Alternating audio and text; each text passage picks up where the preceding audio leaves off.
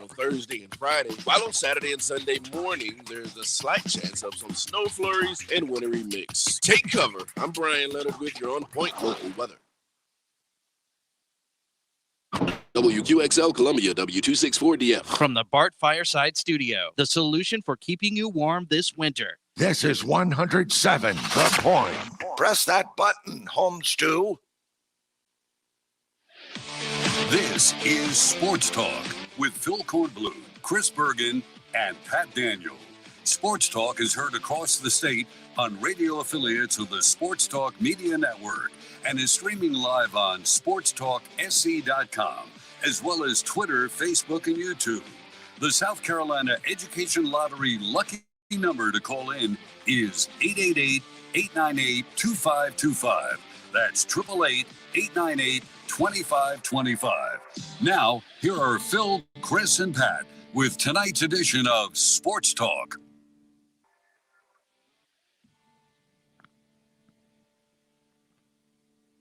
Well. Good evening, everybody. Are we going out? Good evening, everybody. Welcome to Sports Talk here on the Sports Talk Media Network, Tuesday night edition across the state of South Carolina. Thank you for joining us. Phone number 888-898-2525, South Carolina Education Lottery lucky number. Looking forward to taking your calls, getting your thoughts about last night.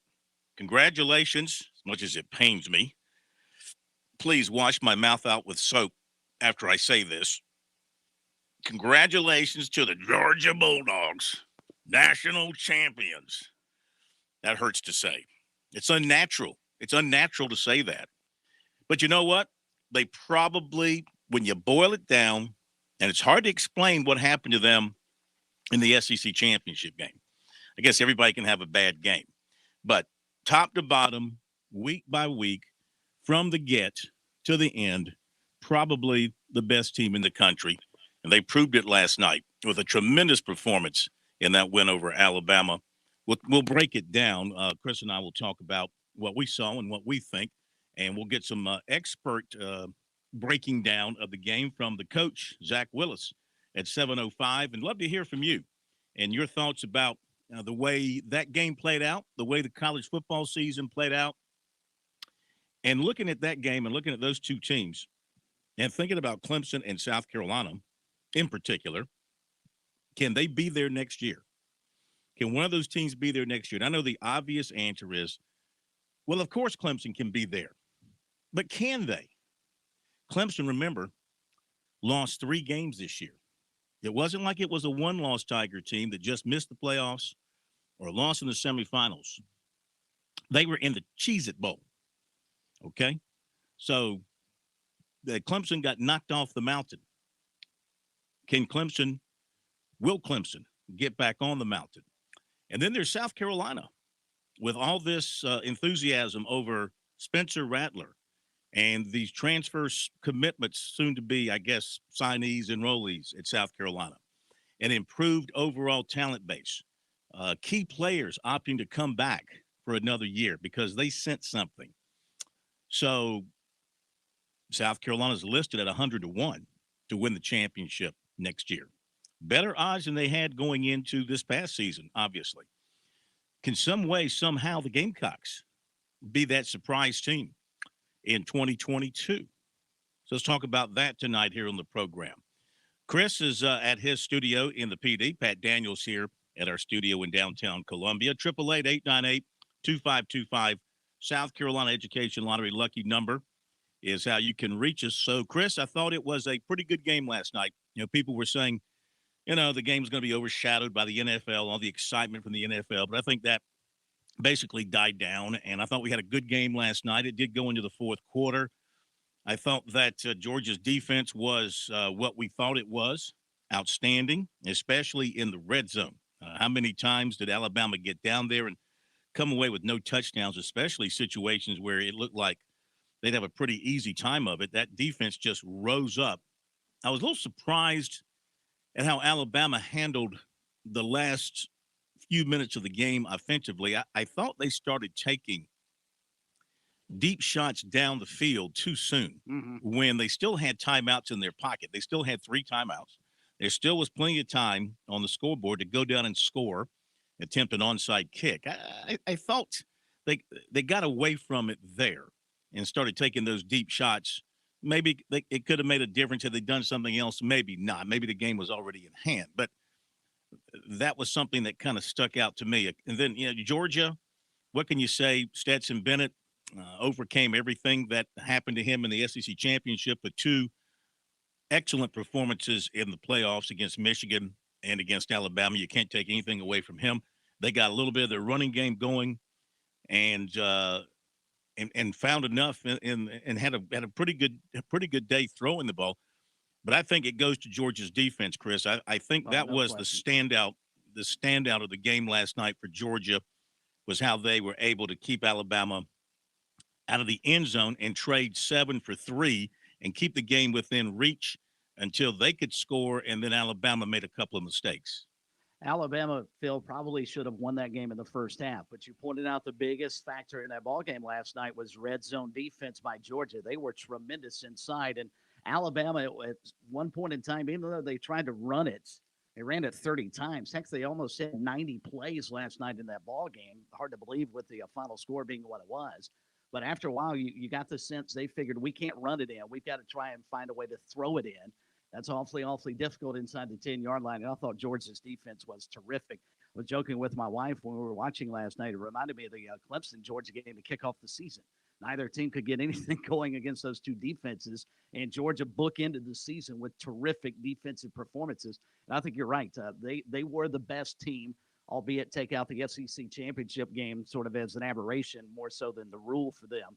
And wasn't it refreshing, though, after all these years of watching 40 to 38 ball games and 35, 31 type ball games, to actually see you can play defense still in college football? And I'm not just talking about Georgia. How good Will Anderson, if anybody needed to know, he made himself a lot of money last night because that kid is phenomenal for Alabama. And their defense was just as stout. I just don't think once Georgia decided in the second half, we are going to run the football at these guys and not put Stetson Bennett into situations where he's got to try and win the game. And then he comes out in the fourth quarter after struggling for the most part, average game, but he comes out in the fourth quarter on that drive, 4 straight completions, including a terrific touchdown pass. And he goes from looking like a has-been to a Heisman Trophy candidate. He played great in the fourth quarter, and that's all Georgia needed, just enough from their offense to allow their defense to win the game for them. So Georgia will deal now with the post-national championship celebration, and then whatever letdown, whatever blahs that hit you after a national championship. They'll celebrate this thing, I'm sure, through the weekend. But, it's right back to work. Think about these college coaches. They don't get much of a chance to enjoy because the dead period in recruiting ends on Friday. You can get right back into recruiting and have recruits in this weekend and get back on the road. So there's not going to be a heck of a lot of time to enjoy, though I'm sure Kirby Smart's going to make some time, and his people will make some time. He's got to, he's losing his defensive coordinator, be heading out to Oregon right away. And he'll have to start game planning for him because that's right. Who Georgia opens the season with next year. Because he's already, if my memory serves me right, has he not already resolved that? Why am I thinking he's already got? Isn't Muschamp and somebody else going to be working together like a co-defensive coordinator deal? Or maybe that was just talking about the standpoint you've got your DC going out to become the head coach of the team you're going to face for the new season. Yeah, but I'm thinking out loud. Pat, correct me if I'm wrong. Have they not filled that job, or am I jumping ahead here? No, they have. Linebackers coach Glenn Schumann and special teams coordinator Will Muschamp will be co-defensive coordinators for Georgia starting today. So today moving forward. Will Muschamp got himself another national championship. The guy knows how to live right. You know that? He knows how to live right. Can it be any worse, though? Can it be any worse for Gamecock fans watching that game last night? Because my guess is 95% of them, if not all 100% of Gamecock fans, were pulling for Alabama just because of the rivalry between USC and Georgia. But on the flip side, you have your head coach, who a lot of fans believe drove the program right into a dumpster fire. And now he goes across town, basically, across the state border and wins the national championship. While, if I'm not mistaken, maybe still getting a little bit of a paycheck from USC. I think they've already given him one. I think they've given him one big check.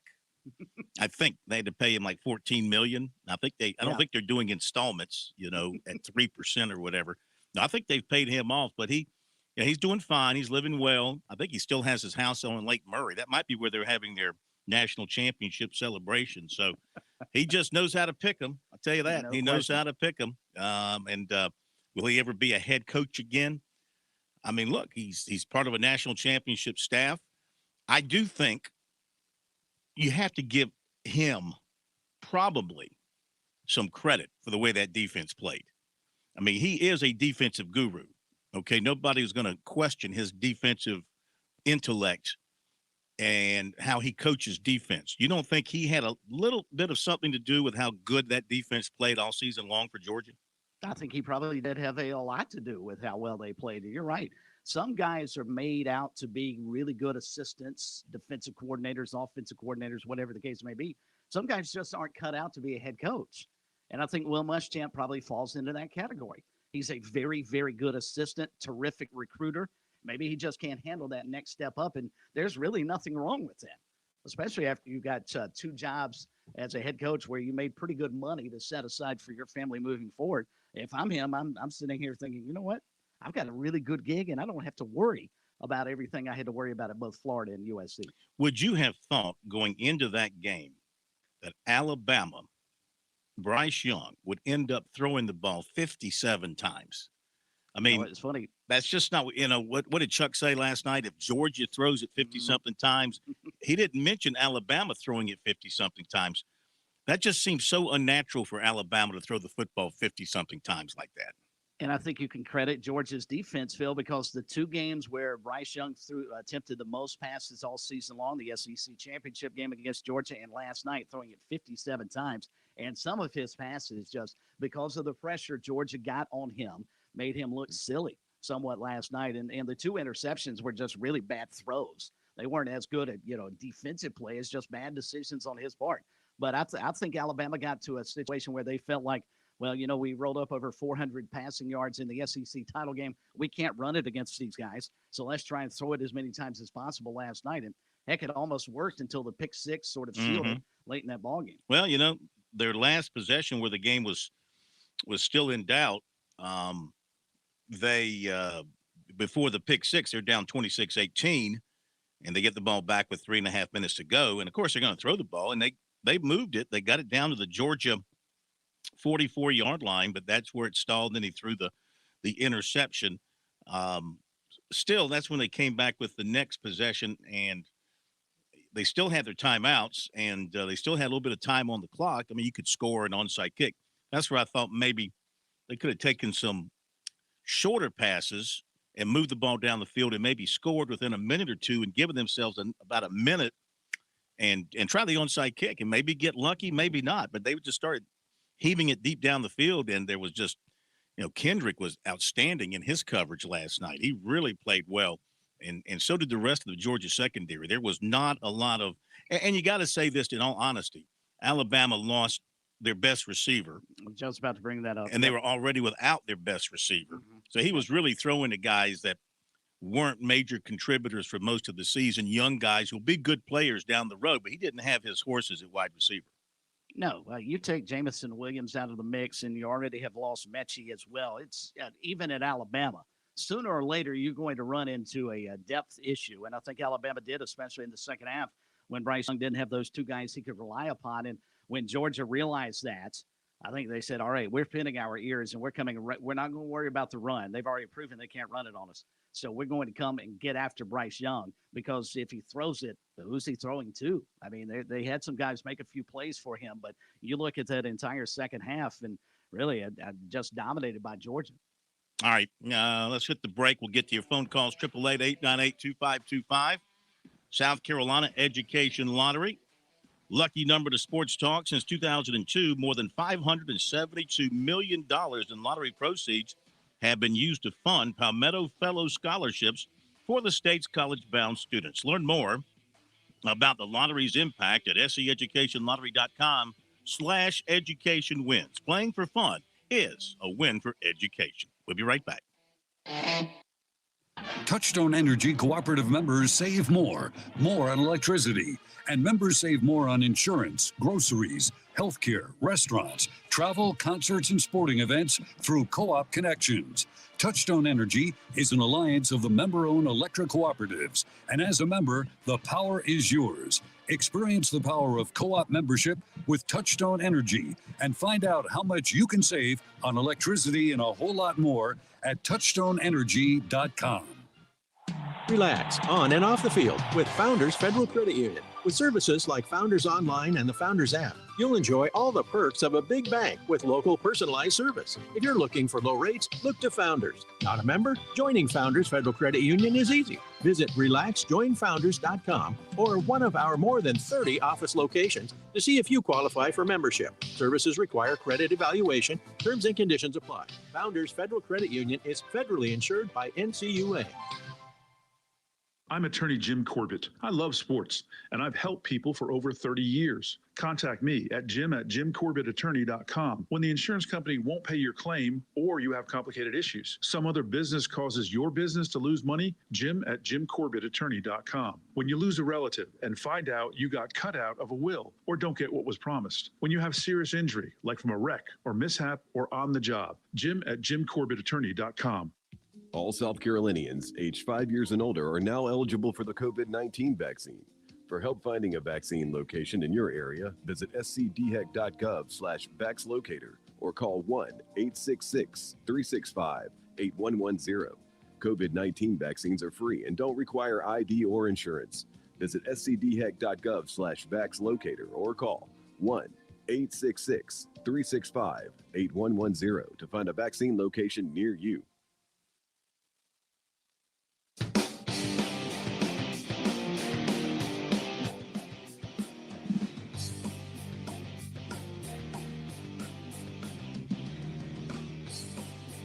Your thoughts on last night's game? 888-898-2525 is our phone number. What'd you think about Georgia's performance, Alabama's performance? What about South Carolina and Clemson maybe being there next year? Is it fair to even talk about the Gamecocks, or am I whistling Dixie here? Huh? 888-898-2525 is our phone number. To your calls in just a moment. A little chilly out there, but you know the heat will be back soon. But you know what? There's nothing wrong with going down to the beach when it's coolish. You've got more of the beach to yourself this time of the year, so why don't you take advantage of it and just get away from things? You're an Alabama fan. You need to go someplace to, I don't know, mourn your most recent loss in the championship game. Pawleys Island and Litchfield, great places to go and rest your head. James Smith Realty, Jimmy Smith will take care of you. 843-237-4246. Jimmy's a Gamecock fan, so he knows a thing or two about taking it on the chin in football. He'll make you feel better if you're an Alabama fan. If you're a Georgia fan and you want to go down and just continue to celebrate for a week or a month, well, he'll party with you as well. 843-237-4246, Paulie'sVacationRentals.com. You can rent, you can buy, you can sell if you got some property to sell. They can help you that way as well. Again, that number, 843-237-4246 for your perfect beach getaway. And any time is a perfect time to get down to the coast here in South Carolina. We've got some Founders Federal Credit notes coming up for you here in just a little bit. Let's go to Bruce in Columbia. First call tonight here on Sports Talk. Welcome in, Bruce. How are you? Well, isn't that an honor? Thanks for taking my call, Phil. Yes, sir. Well, you want to know about the game. Well, it was a ugly, dirty win for Georgia. I mean, they played ugly. They couldn't get the ball across the offensive line during the first half almost. And then they were playing ugly, dirty. They were body slamming the guys that were laying on the ground. The offensive lineman would come over, whoever got tackled, and there was other people around on the ground. They would come and body slam them. And at the end of the game, when you saw the big guy from Alabama was laying on the ground, and they finally got him up, and he was holding his shoulder, walking off. Well, one of the Georgia I guess, the tackle who was doing this kind of stuff. The tackle was on the ground. The guy that carried the ball was on the ground. He dove over the little pile and on top of this guy for Alabama. Yeah, I know what you're talking about. Are you talking about when Georgia had the ball and they were running it and they were moving the pile forward? An offensive lineman. No. They were on the ground already. No. But what I'm saying is Georgia. They were. You know how offensive linemen will jump into a pile while the scrum is still moving down the field. And this guy, then an offensive lineman came and did like a somersault over the top of the entire pile. Is that what you're talking about? Well, no, they did that, but this one was at the end of the game, not in the middle of the game. This was at the end of the game, almost over with. And the guy, same guy that does this before, I've seen him. The player was down carrying the ball. The play was dead. He dove over the tackled people, the defensive guy and the offensive guy, laying down on the ground. He dove over them on top of another player and body slammed him. This was at the end of the game. I didn't see that. Chris, do you see that? Well, I didn't see a body slam. I saw the play. I think you're referencing, Phil, and Kirk Herbstreit actually brought it up when they showed the replay as to whether or not they should have called a personal foul penalty on that play. Yes. The greater concern I have about all of that is the offensive line should not be allowed to get behind a running back and help him forward.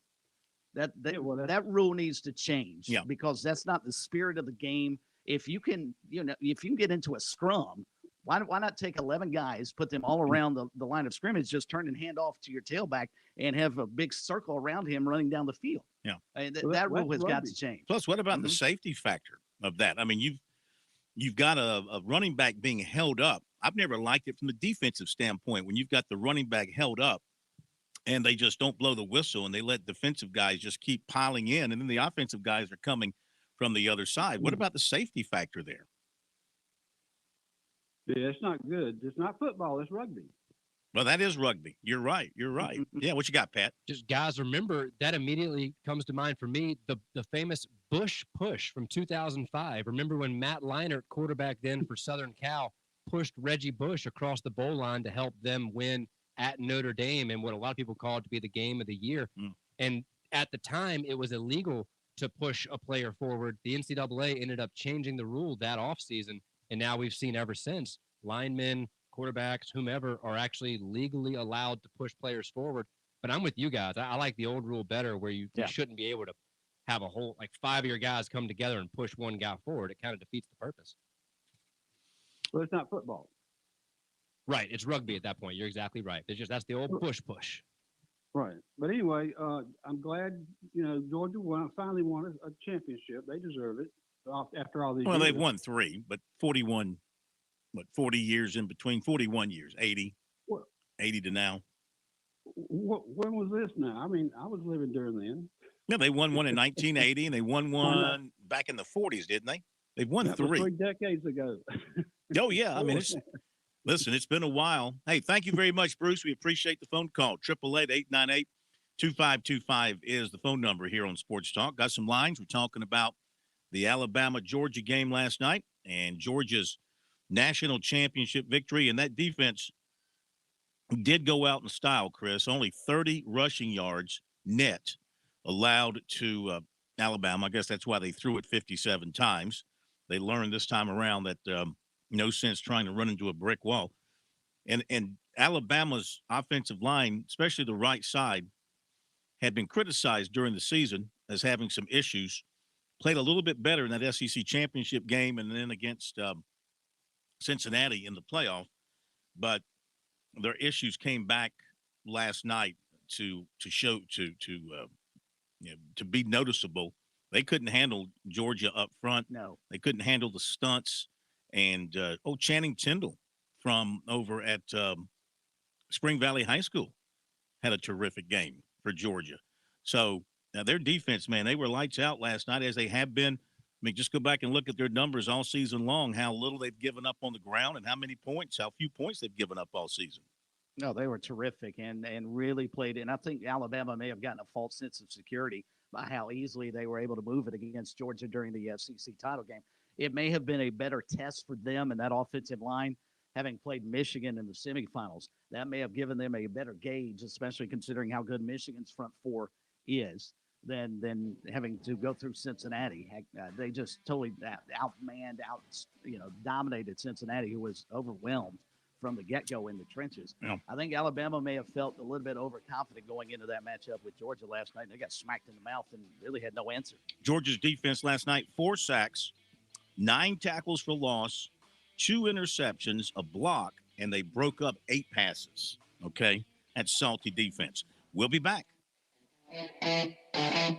On Point Weather is made possible by our friends at Palmetto Citizens Federal Credit Union on 107 The Point. And here's tonight's forecast. Very cold overnight with clear skies and a temp dropping to 22. Make sure the animals are in the house. Tomorrow, mostly sunny and a bit warm with a high climbing up to 55. We'll get close to 60 as the high on a Thursday and Friday. While on Saturday and Sunday morning, there's a slight chance of some snow flurries and wintry mix. Take cover. I'm Brian Leonard with your On Point local weather.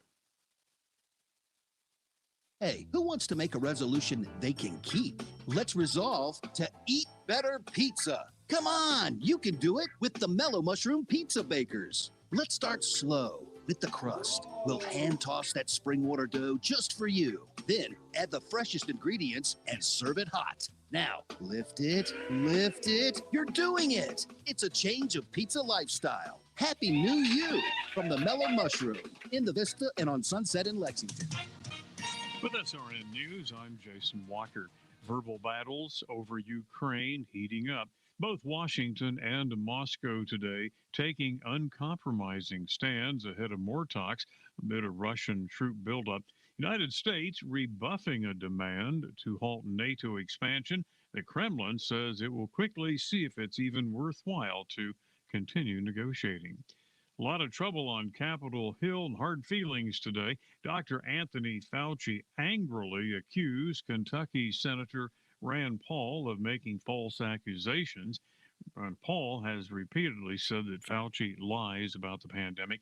Later in that hearing, Fauci was heard muttering, apparently when he thought his mic was off, quote, "What a moron," after Kansas Republican Roger Marshall accused him of hiding financial forms. This is SRN News. Are you looking for free checking and free savings? Dave Ramsey here, telling you to go see my friends at Palmetto Citizens Federal Credit Union. They're not a mega bank that's so big they lose the ability to treat you like a human being. At Palmetto Citizens, you're not just a number, you're a member. Join today at any of their 14 locations or at palmettocitizens.org. Federally insured by the NCUA. Everyone knows that here at The Point, we are all about supporting local businesses. We are all about local, local, local. You cannot get more local than my friend Greg McCoy and his business, Simplified Mortgage Solutions. Fran Halloran here. If you're buying a home or you're looking to refinance your current home, you owe it to yourself to call Greg. He is the real deal. You can expect Greg to treat you like you are his only client. You can expect Greg to scour the market to find you the best rate available. You can expect Greg to charge you a fair price for his work and his service. Why would you deal with some national company headquartered in who knows where when you can do business with Greg? Need further persuasion? Okay, I didn't even mention the good Greg does in our community by supporting local charities like Blue Star Mothers and Camp Chemo. Come on, you need to call Greg. Online at simplifiedmortgagesc.com, or you can call Greg at 803-722-6044. That's 722-6044. Is that crack in your windshield or your house bothering you? Have you been meaning to have it replaced but just can't find the time? Call Absolute Glass, voted Lexington's best glass shop for 12 years in a row. We repair and replace glass on all makes and models. We're the only local high-end auto glass specialist in the Midlands, and we'll come to you to make the process quick and easy. With new technologies and vehicles, we can recalibrate your vehicle back to new. Visit AbsoluteGlassInc.com to learn more about our auto, home, and business glass services. Just remember, if you can see through it, we can do it. Hey, it's Jay from The Melting Pot. One of the greatest gifts you can give your loved ones, family members, and best friends this holiday season is your time. And unlike other restaurants, you're not considered a table turn. We celebrate your time with us and each other when you come in and break bread together. We recognize a meal together these days is not just a photo op, but a real-life memory. We love to brag about our food, but we also love to brag about the memories you allow us to be part of. Happy New Year, and here's to new memories at the Melting Pot, 1410 Colonial Life Boulevard. Hey, Tiger fans, 2022 Clemson baseball season tickets are currently on sale. Coach Monty Lee and your Clemson Tiger baseball team open the season on February 18th, and you can be there for every game by purchasing your season tickets. Home series include matchups against Miami, Florida State, NC State, Georgia Tech, as well as our annual home games against South Carolina and Georgia, and many more. So log on to ClemsonTigers.com to purchase your Clemson baseball tickets and come back home to Clemson.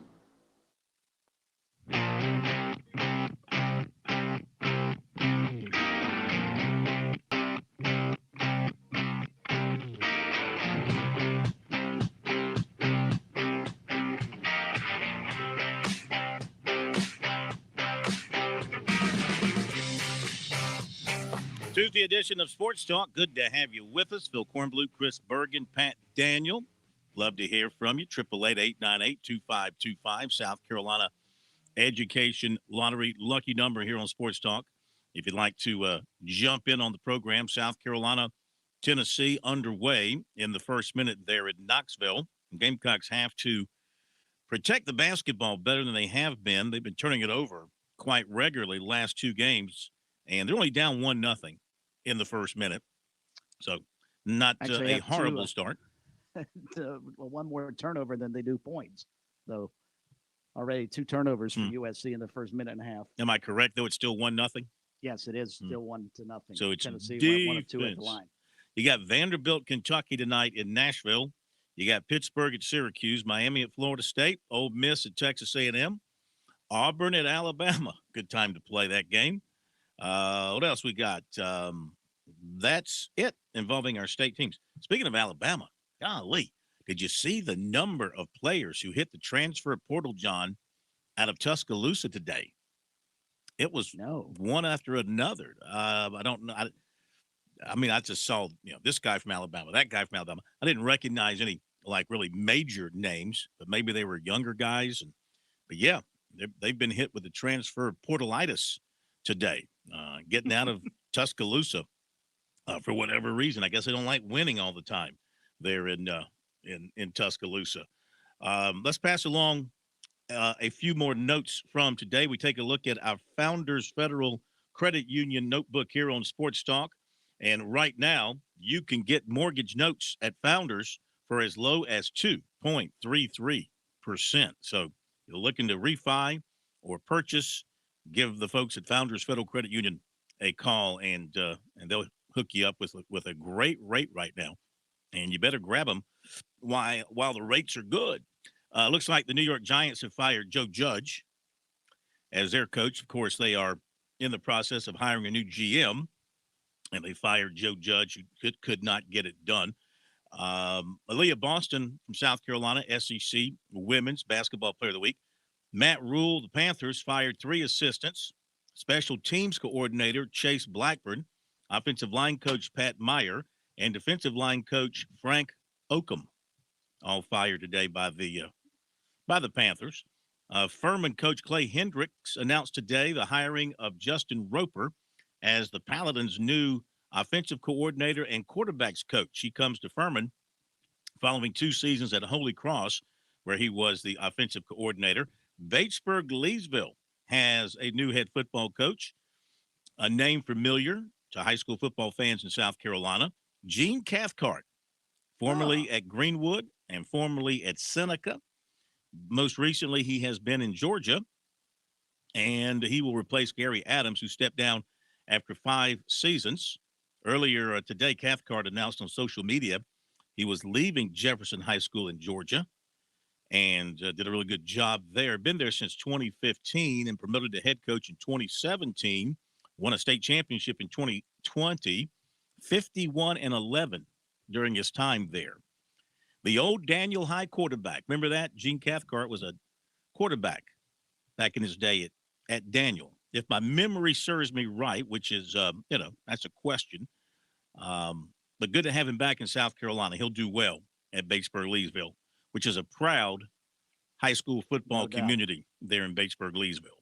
Very proud. And also a former assistant Presbyterian College, Gene Cathcart. All right. Did not know that. Let's see. The Giants, speaking of the Giants, their offensive line coach, Rob Sale, he was named Florida's offensive coordinator and offensive line coach today. Poll question of the week, and we're still taking your votes. You got time to vote, but we encourage you to vote as quickly as you can. Don't vote often, just vote once, but vote as quickly as you can. This isn't like voting for the president of the United States where you can vote often. You can only vote once here. Ow. Why, is it true? So anyway, the defensive player of the year in South Carolina right now, running away with it, 73.9%, Jalen Foster, the USC safety. 19.2%, James Skowski, Clemson linebacker. 4.1% is Silas Kelly, Coastal Carolina linebacker. 2.7%, Jacoby Durant, South Carolina State cornerback, who had a great year. So you can go to our website, SportsTalkSC.com, or you can go to our Twitter. It's pinned on our Twitter page, and you can vote there. Odds to win the College Football National Championship from Bet Online in 2022. Alabama, stop me if you've heard this before. Alabama 13-4. Georgia 7-2. Ohio State 7-1. Clemson 12-1. Michigan 12-1. Of course, is Harbaugh going to be there? Gamecocks are 100-1 and Coastal 250-1. Thoughts? Actually, that's actually pretty good odds for Coastal because I fear after what Cincinnati and how bad Alabama beat them, it's going to be even more difficult for a group of 5 team to have an opportunity to play for a national championship, much less win one. So 250-1, that put $1 or $2 down on Coastal. That's actually not bad odds for them. I will say this though, judging by, and Stuart Mandel of Sports Illustrated tweeted this out earlier. I'm not sure if this is in our Founders Federal notes, but the title game viewership by year has consistently declined, including this year, 22.6 million. It was actually one of the worst CFP title game viewership since the playoffs began. And I think, Phil, there is actual SEC fatigue around the country. And what is this, the third straight year the SEC has won the national championship with 3 different teams? You can't say it's always Alabama, but I think there is some real SEC fatigue around the country, and folks are just tired of watching last night, knowing that whomever won was going to be another SEC title. So what do you do? Most folks. What do you do? Is expanding the playoffs the answer? Is expanding the playoffs the answer? From a ratings perspective, because I'm not a fan of expanding the playoffs, but if you look at strictly TV ratings, and I don't know how much we should glean into that because there are so many different ways now to view games as opposed to watching on linear television. But nonetheless, just from a viewership deal, yeah, you've got to expand the playoffs if that's your only metric. If you're trying to figure out a way, because Bama Clemson back in 2018 was 25.3 million. The LSU Clemson game you would have thought had tons and tons of people, 26.9, not a bad number. Over 4 million more people watched that game than watched last night. So if you're strictly going by viewership, you've got to expand. I just don't know that that's going to fix the overall problem. That's like putting a Band-Aid on it, because I think the overall problem is there's just not – college football is not from top to bottom. There's very little parity in college football right now. That's the greater problem. It's like women's basketball. I mean, think about it. It's like women's basketball. You can look at women's basketball, and there's 4 or 5, maybe 6 programs you would look at and say those teams are going to make the Final Four pretty much year in and year out right now. It's top heavy, and college football obviously is top heavy. And so the point is, is the point to have a playoff and have a survivor of the playoffs be the champion? Or is the point to get the 2 best teams from a regular season together to play for a championship? What is the point of all of it? If you're expanding the playoffs to 8, 12, or 16, then you're telling me the point is to have a tournament and crown the best team in the tournament. Might not be the best team in the country. Mm-hmm. If you get right to two teams coming out of the regular season / conference championship season, then you're telling me you're going after having the two best teams in the country playing.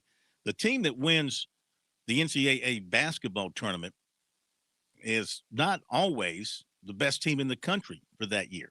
They just got hot, won 6 games, 5 games, whatever was necessary, and they win the tournament. I mean, that's what a tournament's all about. The team that wins the Super Bowl is not always and regularly is not the best team in the regular season. Look how many wild card teams win Super Bowls. Quite a few. So what do you want in college football? Do you want college football to be just like the NFL? And that takes me to my next point that I want to bring up. So last night I'm minding my own business, just kind of chilling. How do you think I chill? What do you think I look like when I chill? And I was just chilling. I'm thinking I can picture you with the can of something, beer, soda, whatever the case may be. No. I'm not a late night beer drinker. Torn T-shirt, watching the football game. Yeah, that's a good point. So I'm just minding my own business, and this upstart recruiting network on 3, they put out a tweet featuring Louis. Does he pronounce it Sine? The DB from Georgia, who was the defensive MVP. Yeah, I think that's right. Yeah. So he was really good. Defensive player of the week, of the year, of the game. Spit it out, Corn. One of them. And so they got a picture of him. And underneath, they tweet, Sine has a current NIL valuation of $82,000. That number is sure to climb after tonight's big performance. And then they've got more about following him, his DB profile, his NIL valuation. And I'm like, come on, really? And so I tweeted, is there anyone else who finds it repulsive? Because I found it repulsive that this national recruiting network assigns a dollar figure to the players and judges their financial worth by the game. So now, are we at the point with NIL and this particular network, and you know how there are copycats out there, other people will pick up on the idea that we're going to now, after games, a player has a big game, we're going to be looking at, well, how does that affect his NIL value? Is that now going to become a point of conversation for college football, which goes back to what I was getting to earlier? Why do people want college football to be pro football? Why are we got people pushing it in that direction now, with players being openly paid like professional athletes and now able to market themselves for untold thousands, hundreds of thousands, if not millions of dollars? And I mean, I've come to the conclusion in my own mind that this is the way it's going to be. And I've accepted that that's the way it's going to be. But my question is, why are people pushing for that? What do they get out of it? How does this make college football any better? Can somebody tell me how it makes it better that we're now putting an absolute dollar figure value on a player, not just coming out of high school, they're doing that, but now it's going to be game by game. So if a player has a bad game, if he has 4 drops and he fumbles the ball, do they put out a tweet that says his NIL valuation dropped, $17,000 today? Like the stock market. Are these guys now going to be like, pieces of stock? I mean, come on. What do you think? I think it's a horrible idea, quite frankly, because and here's what you're going to get into a situation. Let's take Bryce Young last night. If he came in with, let's just use round numbers here, his NIL value was $1 million, let's say. Heisman Trophy winner, that seems reasonable. And he played poorly last night. Does that drop to $800,000? Does it fall to $750,000? How far does it fall before the players start thinking, you know what? I've got to make sure I take care of myself. I got to start worrying about whether or not I play well. And if I start playing poorly, maybe I fake an injury so I can get out of the ballgame so my NIL number doesn't continue to fall. I mean, yeah. I mean, it's, Pat, it's another element to be dealt with, both from a fan standpoint. Now we've got, you've got players coming along in high school now, the low level, low age, and now moving up. and the recruiting networks are assigning them star ratings, which are, meaningless and bogus, because that doesn't, the player makes the rating. The rating doesn't make the player. Too many people think it's the other way around. The player makes the rating. If there were no star ratings, you'd still be a good player if you're a good player. You'd be an average player if you were average, and you'd be a poor player if you're poor. The rating doesn't make you as the player. But what they've done, of course, at an early age, the psychology now is in the minds of the players, the athletes. They want to be ranked. They yearn for that fifth star, that fourth star. It's something now that's become important. Unfortunately, high school coaches across the country, many of them have bought into the same stuff. They take pride when their player is rated a 5-star, 4-star, becomes something important to them. And again, that's become part of the psychology. Now high school, moving to college, and now from college, now it's not going to be a star rating that matters to you, Pat. It's going to be, what is your NIL value going to be? Looks like that's going to be the next identification mark being handed out by these networks. Great points. And this is just another added element that we are going to continue to learn more and more about as this progresses in relation to NIL. But first, I want to back up a moment to when you were talking about this. I view this as marketability. I don't think it quite is going to swing as much as y'all are saying. I could be wrong, but if a player has a really good game and then a bad game, I don't think that then means their value goes down, because we're still talking about them. Look at this season with DJ up at Clemson. He, of course, had a much higher, we would look at from the outside looking in, value preseason. And then after the Georgia game, it started to decline as his performance declined, and the team started losing games. But we still talked about him. He still was one of the biggest names we talked about all season long on this program. On any ACC talk show, they still talked about DJ and the Tigers probably more than many other quarterbacks in the conference. So he still maintained a level of marketability or clicks. I'm not saying I'm a fan of it either, but right now, look at how much clickbait you see online where the headline tries to grab your attention, and the writer or the publication, ESPN, whomever it might be, they get paid a couple of cents for every time we click on that. And so just because a player has a bad game, if you're still talking about them on SportsCenter or on Sports Talk, then that still keeps their value high. I could be looking at that the wrong way, but that's the way I approach this. And now, as for this becoming the new thing in collegiate athletics, you're not wrong, but I don't necessarily think it's the fault of these quote unquote college kids. The adults are the ones that put the 5-star or the star rankings on these players. We're the ones that say, coaches are the ones that say to them, hey, you got to be able to run this shuttle drill in blank amount of seconds, or you need to be able to run a sub 4.5 40 if you want to reach the next level and reach the NFL and be a top 3 draft pick. Well, that is ingrained in players' minds from a young age. If I have this ultimate goal of playing in college, I better be a 3, 4, or 5-star player. If I want to reach the NFL, I better run a sub 4.5 40. I better be able to do X, Y, Z on the field in these various drills. I mean, look at the NFL Combine now. This is so ingrained in young people's minds now that I think it's a bit unrealistic or unfair to blame the player. And I'm not saying that's exactly what y'all are doing, but it's more of the quote unquote adults in the room that are the ones setting these expectations on these young people. So if anything, I think we need to maybe take a view on the people instigating or putting these rules in place as opposed to the actual players. Yeah, I don't disagree. Players didn't create the system. Players are living in the system. By the way, speaking of On3 and its growth and what they're trying to do, word on the street is Gamecock Central.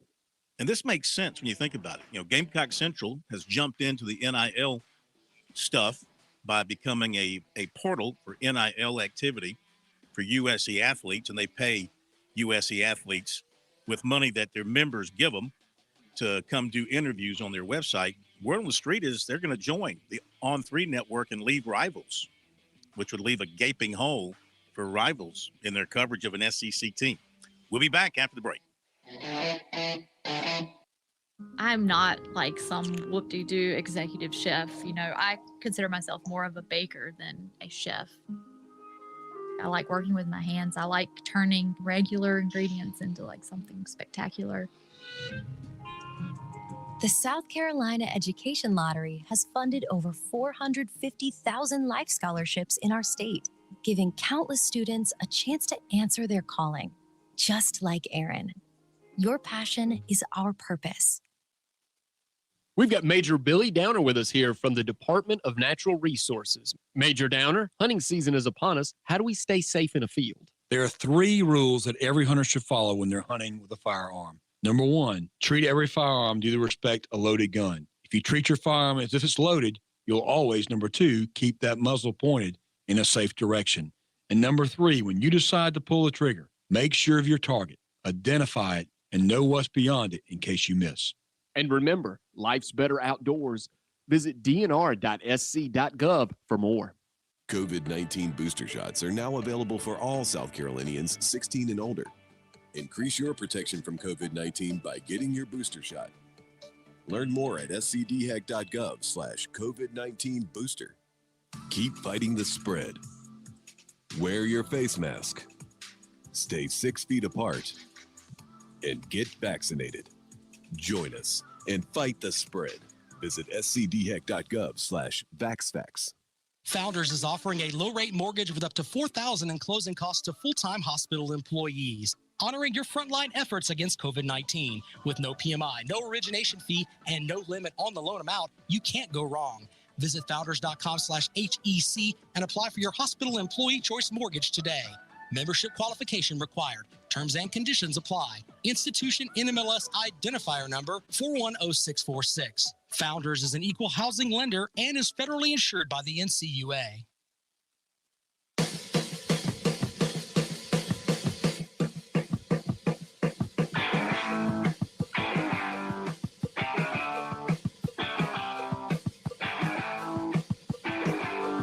Give you the recruiting report before the top of the hour here on Sports Talk, brought to you by Seawells. We recommend the Daily Luncheon Buffet. We highly recommend the Daily Luncheon Buffet. I'd say the Daily Luncheon Buffet at Seawells, even though it's only $12, has an NIL value of $150. Because you feel much richer coming out of there than you were going in, and you're not going to be that much more in the poorhouse because it's only, 12 singles. Not a problemo. And they'll have it again for you tomorrow, 11 to 2. And, of course, it's they're following all the requirements that have been out for a long time to keep things safe and neat and clean. So make sure you get by Seawells. Enjoy the Daily Luncheon Buffet. For the best in the catering business, that's Seawells as well. 803-771-7385 is the number. So Clemson missed on their top running back target. They've missed on several top targets, to be quite honest with you. They have missed on several top targets. And this one had family connection, of course. Trevor Etienne, who committed over the weekend to Florida. So Clemson turns its attention now to its number 2, and that's Andrew Paul, 5'11", 220 out of Dallas.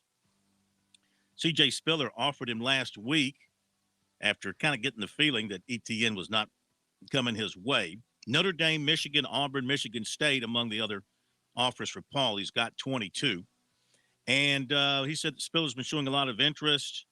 He has yet to see Clemson in person or meet Dabo Swinney or the staff in person, but he's gotten a lot of details from Spiller about everything and really likes what he has seen and heard. He took an official visit to Colorado in December. He's going to Michigan this coming weekend. The next weekend, it's Clemson, and he'll see how he likes everything there. This guy's a stud. He averaged 368 rushing yards and 5.3 touchdowns per game in the final 3 playoff games. For the season, 2,616 yards and 44 touchdowns. Calhoun County athlete R.J. Brunson has told us most likely he'll accept a PWO offer from USC made to him last week. He's going to visit on the 29th. Lawrence defensive end, 2022 class Isaiah Burnside plans to visit USC the same day, also a PWO candidate. 2023 cornerback Brandon Siss of Lakewood will visit South Carolina that same day as well. USC offered 2023 corner Dejon Johnson, 6'1", 180 of Tampa. 2023 linebacker Grayson Howard of Jacksonville plans to visit USC this weekend. USC 23 target linebacker Whit Weeks of Watkinsville, Georgia, offered by Utah. He and his brother, Virginia transfer linebacker West Weeks, planning to visit USC Saturday. 2023 offensive lineman Antonio Tripp Jr., Owings Mill, Maryland, plans to visit USC on the 22nd. Clemson offered 2022 linebacker Kobe McLeod, brother of former receiver Ray McLeod, 6'1", out of Tampa. Been committed to FIU, plans to take an official to Clemson January 21st, scheduled for Massachusetts this coming weekend. And Greenville receiver Elijah Kelly committed as a PWO to Wake Forest. Former Clemson DT Darnell Jeffries transferring to Minnesota. Greenwood native and former Georgia State receiver Sam Pickney transferring to Coastal. Top of the hour break. We'll be back. By the way, before we do what's supposed to happen here, thank you for pushing the button. I thank you. Programming thanks you. America thanks you. WQXL Columbia, W264DM. From the Bart Fireside Studio, the solution for keeping you warm this winter. This is 107 The Point. News this hour from townhall.com. I'm Jason Walker. President Biden challenging senators to stand against voter suppression, urging them to change Senate rules in order to pass voting rights legislation. Biden even being criticized, though, by many in his own party. He was in Atlanta today and said, "I'm tired of being quiet." Today, we call on Congress to get done what history will judge. Pass the Freedom to Vote Act. Pass it now, which will prevent voter suppression. Heritage Foundation senior legal fellow Hans von Bavosky says charges of voter suppression are absurd. In the last presidential election, we had the highest turnout in an election since the 1992 election, higher than in the two Obama elections that Joe Biden also participated in. Also at townhall.com, a pilot crash landing a medical helicopter today without casualties in a residential neighborhood of suburban Philadelphia, just missing a web of power lines. 4 people on board, including an infant, but no one was badly hurt. Upper Darby Police Superintendent Timothy Bernhardt. The injuries were non-life-threatening. Yes, exactly. It's a miracle. It's an absolute miracle. The man who received the first pig heart transplant is continuing to recover from the surgery. David Bennett has been taken off the heart-lung machine that had been supporting his new heart. University of Maryland School of Medicine says his recovery is still day-to-day. The 57-year-old Bennett got the highly experimental transplant last Friday. Doctors gave him the genetically modified pig heart. He was simply too sick to get a human heart transplant. More on these stories at townhall.com. Thinking about life insurance? What if you could make one free phone call and learn your best price from nearly a dozen highly rated, price competitive companies? Well, that's exactly what happens when you call SelectQuote Life. For example, George is 40.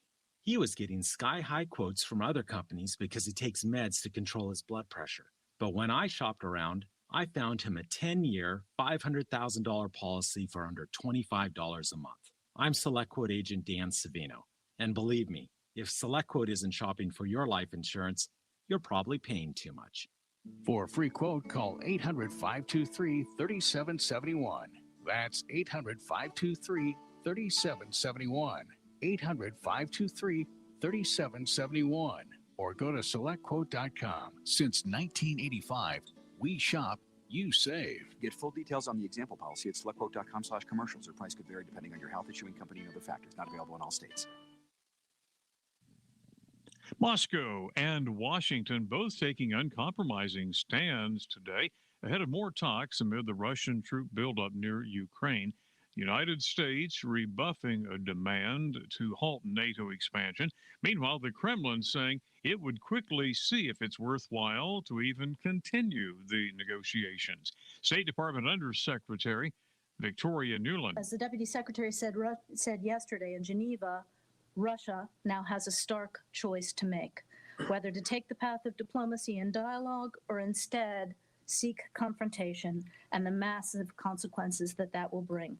Supreme Court refusing to hear the appeal of a woman who left her home in Alabama to join the Islamic State terror group.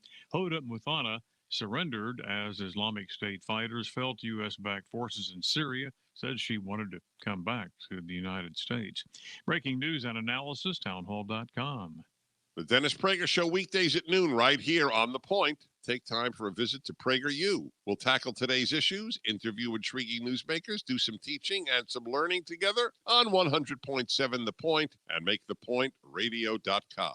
WQXL Columbia, W264DM. From the Bart Fireside Studio, the solution for keeping you warm this winter. This is 107 The Point. I'm here to fill time because, as everyone knows, when a radio station has dead air, Daddy loses money.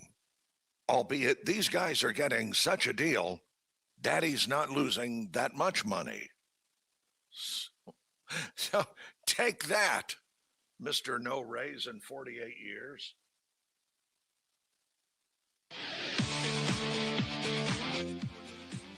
Welcome back to Sports Talk on the Sports Talk Media Network.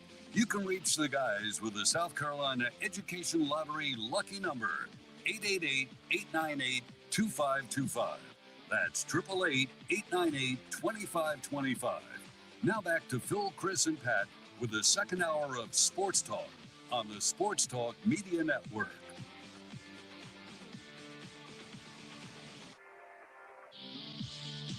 All right, we're back on Sports Talk here on this Tuesday night, the night after the Natty. College football, we finally have put college football to bed, at least as far as the games are concerned. Of course, that's really if you ask me, Chris, that's the safer time of the year. The danger time of the year for college football is now with transfers. And I guess for the most part, most coaches who are going to be making a move have made their move. Most firings that are going to happen or have happened now. I guess there's still going to be maybe a move here, a move there. But I think we're pretty safe from that standpoint. Up in Knoxville, South Carolina, Tennessee, playing a tight one, 7-11 to play in the opening half. Tennessee leading the Gamecocks 17-14, and South Carolina shooting 33%. Tennessee's at 42%. Gamecocks are 2 of 8 from 3, and Tennessee is 0 for 4. However, from the line, Tennessee's already taken 14 free throws, and the Gamecocks have taken 2. They're 0 for 2 from the line. I've never seen a team that gets homered worse on the road than. Are they getting USC homered does. again? I mean, some of the fouls are legitimate fouls, but good grief, when it's 10-2, what do you think? Well, the Gamecocks have 3 players with 2 fouls already, and they're sitting on the bench. Wilson, Bryant, and Gray already have 2 fouls on them. They've also turned it over 9 times. So things that Frank Martin said they could not do, foul and turn it over, they are doing it all too regularly. Leading the way is Reese. He has 7 points for the Gamecocks. And Tennessee, really nobody standing out for them. Fulkerson, that guy is back again. That guy, he's like Silas Kelly. He's been at Tennessee, it seems like 8 years. John Fulkerson. Terrific player, too. Terrific player on the inside for them. And quite frankly, USC, fortunate to be as close as they are. It's been their defense that has kept them in the ballgame right now because of the just wide discrepancy in free throw opportunity. The fact that Tennessee's not making any free throws has helped matters, too. But, USC fortunate to be within 3 points right now. Yeah, they've missed half their 14 free throws. They're 7 of 14. Let's see what James has done, the young man from Portugal, Josiah Jordan James, got 3 points on 1 of 3 shooting, has a couple of rebounds. So, yeah, nobody's lighting it up. This has not been the case where these teams have come out on fire. The defense, and look, Tennessee's a very good defensive team. They only yield 61 points per game, and we know South Carolina's a good defensive team as well. Jamison Williams, torn ACL last night for Alabama. So that's unfortunate. That's unfortunate for him. And I think it was one of those deals where he was cutting on that turf, non-contact injury. So you hate to see that. With that in mind, talking about the Natty last night, we, of course, had a final edition of Chalk Talk last night with our 2 graybeards. Got them. I don't know that either one of them made it through the entire game last night. Ellis said he would not make it through the game. He'd be asleep by the second half. So we put them back in their rest homes. We've gone a little bit younger. Our final edition of First and 10 was Zach Willis to break it down for us. Coach, good evening. How are you, sir? I'm doing good, Phil. Doing great. Good to hear your voice. Yes, sir. We'll miss you for a little while, but we'll crank it back up in August. Before you know it, it'll be here. So, Georgia, probably the best team in the country all season, despite what happened in the SEC championship game. Defense took away Alabama's running game, forced Alabama to throw it almost 60 times. What issues did Alabama have up front that you saw in trying to open up some running game for their for Robinson in particular? Well, I think the big thing was they were able to run it at times, and they would get away from it. And then down toward, I'd say, fourth quarter, especially late third and the rest of the fourth, Georgia realized, hey, they don't have any receivers out here that can really beat us. They put extra guys in the box, went with a little bit more man or zone match coverage, which is basically man anyway, and stuffed that box and, took the run away by a number of men at the line of scrimmage or in the tackle box, as we call it, and put 7, sometimes 8 guys in there. And that's going to shut anybody down, especially as good as Georgia is. And, the game to me was all about the front on both sides. And it shifted. I mean, it shifted back and forth. It was a lot closer than, a 15-point game or whatever it was.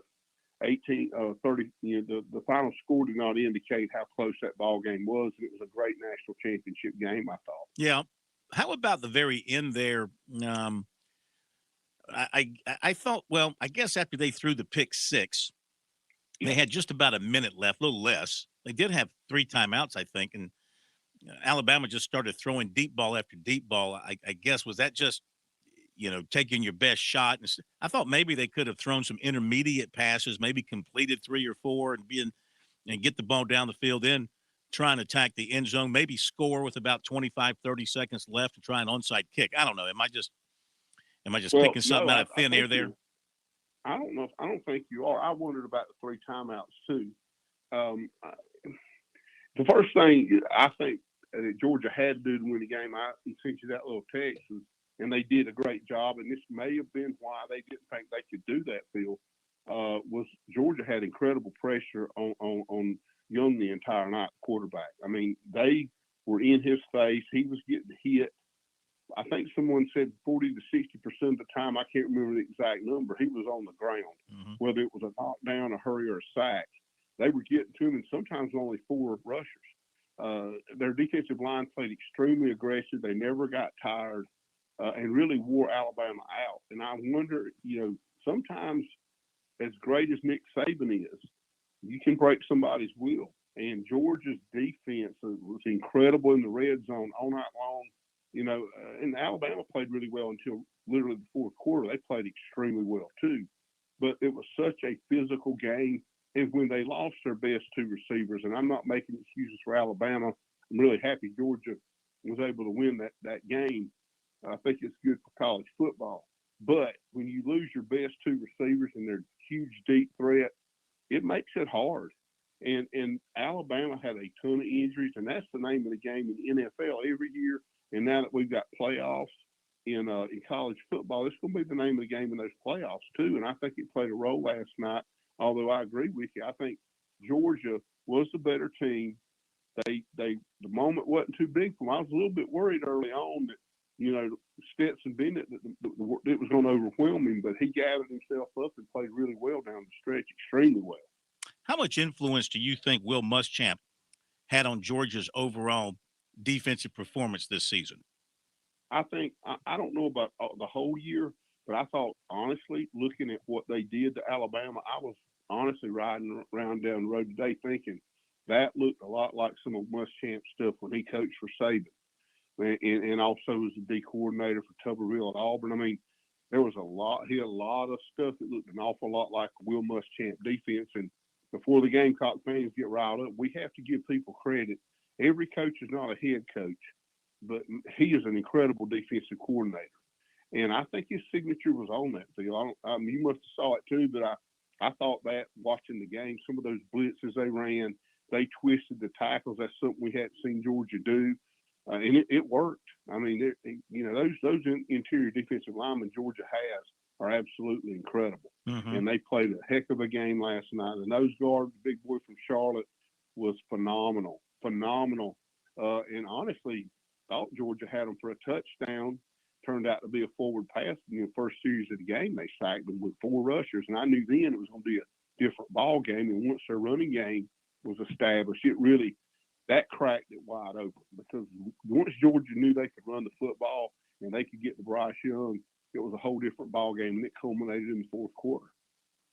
Another opportunity to talk college football with Zach Willis here on Sports Talk. And, Coach, you talked about Alabama getting away from the run game on occasion, maybe a little bit quicker than you would have liked. I agreed with you. But when does it go from being stubborn with a particular aspect of the game in this regard, trying to run the ball against an awfully good defense in Georgia, and when does it become just foolhardy and you have to turn around and throw it 50-plus times the way Alabama did last night? Well, both teams, Georgia kind of remembered who they were and went back to the run, and it really felt like Alabama kind of forgot it and forgot who they were, and then they went to the running game with a back that had set the all-time school record in bowl game for rushing, and he was stiff-arming people and running people over. And when they had that big momentum shift in the ball game with the interception, the first interception, it seemed like Alabama kind of backed away from it again. Georgia came back, and when Georgia answered them, Alabama got away from the running game. I really don't know why, because it was an extremely tight. It was a 4-point ball game at most, 1 point most of the night in the second half. I don't know why. I don't know what they saw. I felt like, first and second down, at one of those 2 downs, you run the football as good as both teams were running it. No matter how good the defenses are, those cows are equally matched, and it showed at times both teams ran the ball well. But once Georgia found their stride, they stayed with it, and Alabama didn't. And I'm not going to say it decided the game, because I believe the pressure on Bryce Young probably decided the game, along with a few penalties. But I don't know. It's kind of non-characteristic for a Nick Saban coach team to forget who they are. Of course, they really haven't been a running team until the game against Cincinnati, where they were that dominant. So maybe they didn't think they could. History has told us that we should have expected that outcome last night, because it seems like the second go-round, the team that lost the first regular season meetings always comes back and wins in the second opportunity. In your experience, how difficult is it in football particularly to beat a team twice in one season? Oh, here's the thing, to beat a championship team twice, it is almost impossible. I'm not going to say you can't do it, but I got asked by so many people what I thought was going to happen in that game. And the one factor, other than the 2 of pressuring the quarterback for Georgia and them running the football, which they did both exceptionally well, was the revenge factor psychologically. And I think every athlete or every coach, most of them will tell you they would rather go in with a chip and a legit chip on their shoulder to pay this team back for embarrassing them in the SEC title, than go in basically and try to beat them again, because there's no surprises left. Alabama threw everything at them but the kitchen sink. They lost Mechie, then they lost Williams. I mean, it was just a devastating array of injuries for the Crimson Tide. And then psychologically, on top of that, it's always been that way. I've always struggled going around the second time against a team, and even in the NFL, you watch it. If both teams are really evenly matched, it's hard to beat them twice. Very hard. Talking to Zach Willis, 1st and 10 with Zach Willis here, last go-round for this football season as we put it to bed. So this is it for this football season. And, boy, from last summer to now, we've seen a lot of things happening centered on college football, but affecting all of college sports, of course. Where do you think we're going to be in 2 or 3 more years with college athletics? Not whether you like it or not, just what do you think we're going to be? I think we're going to see, if you look at the quarterback, we discussed this. Quarterback at Oklahoma basically right now taking himself, and I'm not talking about Rattler, I'm talking about the starter, and he's in the transfer portal, but saying staying put is an option. He's basically holding Oklahoma hostage and looking at offers from other schools via NLI, and their NCAA saying, "Oh, well, they can't be affiliated with the school." Well, I mean, I don't know how they're going to control it, and I'm not. I say I like it or I don't like it. Like you said, we're dealing with reality.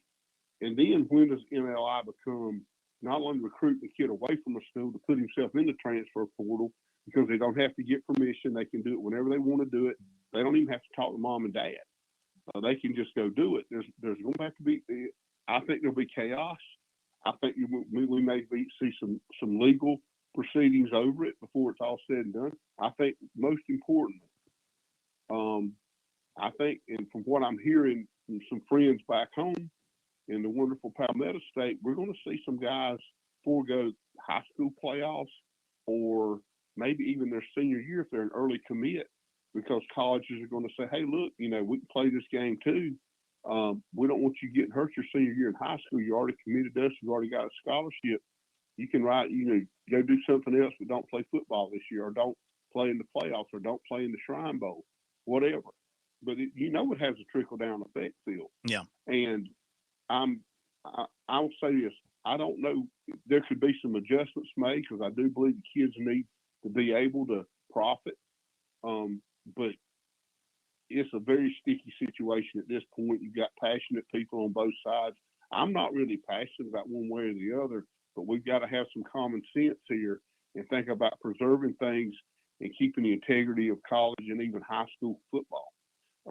Because right now there's nothing holding them back. The group of Eastern Michigan offered Jason Williams $1 million, and boom, he's in the transfer portal. Now, maybe he's waiting to see what Oklahoma people will do. Mm-hmm. And of course, quote, they're not affiliated. Well, if anybody out there and listening to us tonight, the thousands and thousands of people across the great state of South Carolina and Georgia are listening to us, if you believe that, I got some land I want to sell you, because you think, and I'll tell you this, people up here in Kentucky, I had a guy tell me the other day, "Hey, well, this NLI thing, we can recruit with anybody now." Yeah. He's a business owner. And Well, I'm like, he had laid it out there. And he said, "They can't touch us now. We can go get them studs that we couldn't get before, just like we do in basketball." I mean, it wasn't a Kentucky official. It was just a fan, but it'll be fans that have an impact. Can you imagine the passion in the SEC like it is, and now they can have a direct impact on a guy coming to them? That's the scary part. my goodness, The thing, they got money. the thing that really I think that I'm most opposed to, besides everything else, I'm most opposed to everything, because I think we lived through a great time in college athletics. I think we lived, say, from the early 80s to about 2018, 2019. We lived through a great era of college athletics. We saw unbelievable growth in a lot of different ways. And at some point in time, of course, the argument that a scholarship was not sufficient for the players based on the amount of money being made by college athletics, that argument won the day. It has won the day. All right. So that's the law of the land. You accept it and you move on. I'm glad we had a chance during, the middle part of my life to enjoy college sports the way it was drawn up to be. You love your team, you loved your players. You as the fan, you showed up, you supported, you accepted, you loved the wins, you accepted the losses, and you got ready for the next time around. And that's the kind of the way it was. Well, what I see happening, and you being a former coach, in the recruiting world, I mean, the recruiting process is supposed to be between the college coach, a player's family, and maybe the head coach at the school. Sometimes yes, sometimes no. Some head coaches don't want to be involved, but some do. That is supposed to be it. And I know some family situations are more complicated. I know in a lot of families, it's not as simple as player, mom, and dad. Okay, there's player, mom, no father, uncle, brother, double uncle, whatever the case may be. You got all kind of combinations there. I get that. But we're talking immediate family. But now you're going to it's wide open access to anybody who wants to participate in the recruiting process through the NIL. And the schools happily, maybe, are powerless to do anything about it because, the college player now on his free time can go and do any interview, do any kind of public showing, can go and do it on his own time. If he's getting paid for it, and nobody at the school can tell him you can't do that. They have no control over that. And in terms of recruiting now, who's going to stop the guy that owns the big car lot to go up to a family and to a player and say, hey, you signed with my alma mater and we're going to pay you X amount of dollars, $100,000, $50,000, whatever, for you to come to our showroom and shake hands and sit in a car and talk to people like, 2 times a month, whatever it is. My point is, it's going to open it up for anybody and everybody who wants to get involved. Including organized crime. See, I'm going to just go ahead and drop this bomb. Every year, whether I was in the SEC or the Big Ten, the FBI, and I'm sure they're watching this, came in and they talked to us very, very directly about fixing games, shaving points.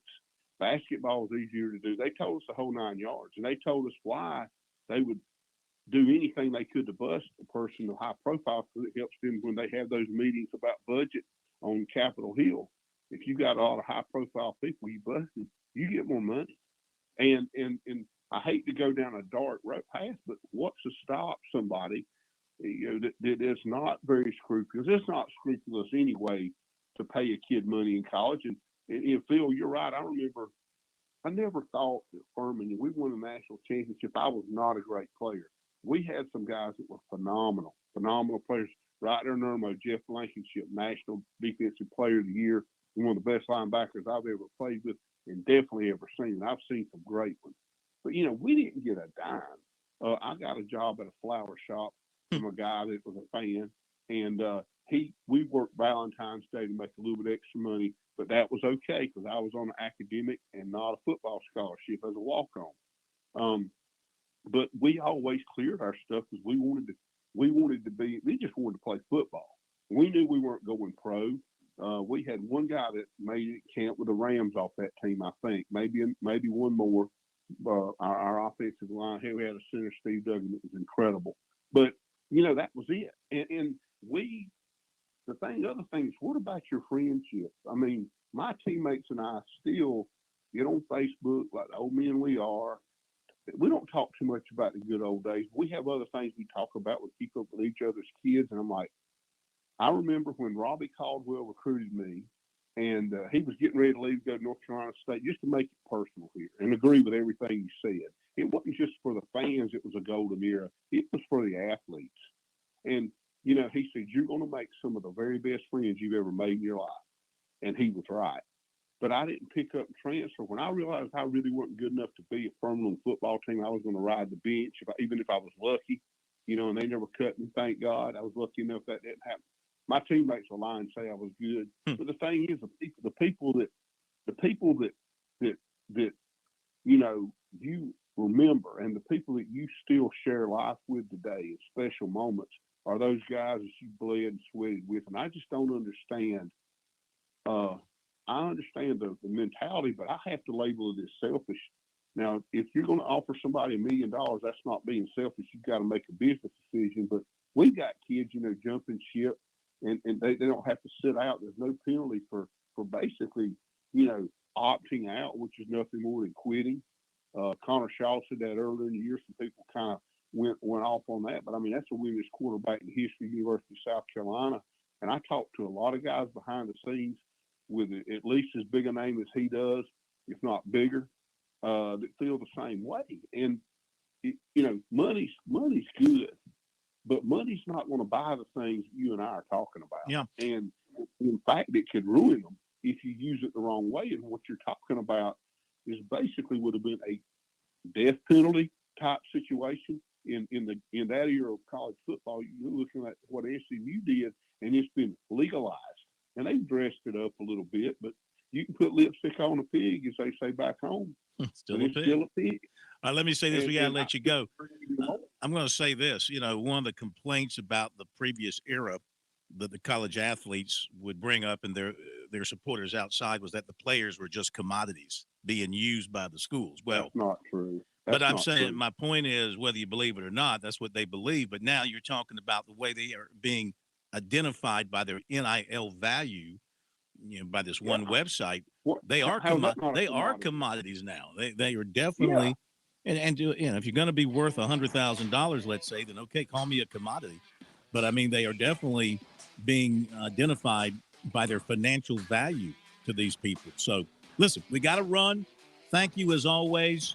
Have a great off season. Look forward to it in 22.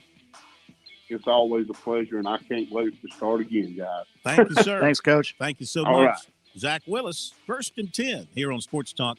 Back in a moment. On Point Weather is made possible by our friends at Palmetto Citizens Federal Credit Union on 107 The Point. And here's tonight's forecast. Very cold overnight with clear skies and a temp dropping to 22. Make sure the animals are in the house. Tomorrow, mostly sunny and a bit warm with a high climbing up to 55. We'll get close to 60 as the high on Thursday and Friday. While on Saturday and Sunday morning, there's a slight chance of some snow flurries and wintry mix. Take cover. I'm Brian Leonard with your On Point local weather. Parents ask, what's the best way to save for college? I'm State Treasurer Curtis Loftus, and my answer is always open a Future Scholar 529 college savings account. It's easy. You can get started online with any amount. It's flexible to adapt to your child's college dreams, and you can deduct 100% of your contributions from the South Carolina state tax return. So what are you waiting for? Go to futurescholar.com and see why it's the smart, easy way to save for college. futurescholar.com. With SRN News, I'm Jason Walker. President Biden in Atlanta today endorsing the changing of Senate rules that have stalled voting legislation. But some civil rights groups weren't even at his speech in protest of what they say is administration inaction. Verbal battles over Ukraine just keep heating up. Both Moscow and Washington have taken uncompromising stands today ahead of more talks about a Russian troop buildup. United States rebuffing a demand to halt NATO expansion. The Kremlin says it will quickly see if it's even worthwhile to continue the talks. A lot of unhappy words were said today on Capitol Hill. Dr. Anthony Fauci angrily accusing Kentucky GOP Senator Rand Paul of making false accusations about him. This is SRN News. If you're like me, you're sick and tired of seeing these old TV stars, game show hosts, these athletes telling you how to save money on your Medicare and on your health insurance. These national toll-free numbers are overwhelming us. It's not that people don't need the service. They need good local customer service, not big box toll-free numbers. See, I work directly with Tim Hanberry right here at Medicare Blueprint in the Midlands. When it comes to my family, I want the best family plan. I'm not even on Medicare, but my mom is. So here's what I do want. Someone local to serve as my advisor on the plans and choices that I have, and someone to help mom with her Medicare. I want someone to help me pick the right plan, save me as much money as possible by knowing all the rules of the game. Medicare Blueprint starts the process with you. They will see it through. They answer all your questions. They call you back. It's the same folks helping you start to finish. Tim and his team are independent. They fight for you, not the insurance company. Online, it's MedicareBlueprint.com or call them 708-7398. Hey Taylor, the new year's here. And the calendar is filling up fast. The Southeastern Wildlife Expo comes to Charleston in February. If you like fine art, good food, and dogs, this one's for you. Then the Bassmaster Classic is here the first weekend in March. 55 anglers will fish on Lake Hartwell while the Classic Expo and weigh-ins will be in Greenville. The Pomona Sportsman's Classic at the end of March and the U.S. Air Force Thunderbirds in April are also events you do not want to miss. That's a start, but there's more. So tune in to Woods and Water, South Carolina every Saturday afternoon here on our home in the Midlands with 100.7 The Point. When you're a military veteran with over 40,000 organizations trying to help you, it can be hard to find the right information. That's why AARP brings together valuable resources to help you navigate your options. AARP.org/veterans. With the free veteran employment and fraud prevention resources, caregiving tools, and access to discounts, AARP, on a mission to support veterans. Visit aarp.org/veterans today. Hey, who wants to make a resolution they can keep? Let's resolve to eat better pizza. Come on, you can do it with the Mellow Mushroom Pizza Bakers. Let's start slow with the crust. We'll hand toss that spring water dough just for you. Then add the freshest ingredients and serve it hot. Now, lift it, lift it. You're doing it. It's a change of pizza lifestyle. Happy New You from the Mellow Mushroom in the Vista and on Sunset in Lexington. Is that crack in your windshield or your house bothering you? Have you been meaning to have it replaced but just can't find the time? Call Absolute Glass, voted Lexington's best glass shop for 12 years in a row. We repair and replace glass on all makes and models. We're the only local high-end auto glass specialist in the Midlands, and we'll come to you to make the process quick and easy. With new technologies and vehicles, we can recalibrate your vehicle back to new. Visit AbsoluteGlassInc.com to learn more about our auto, home, and business glass services. Just remember, if you can see through it, we can do it.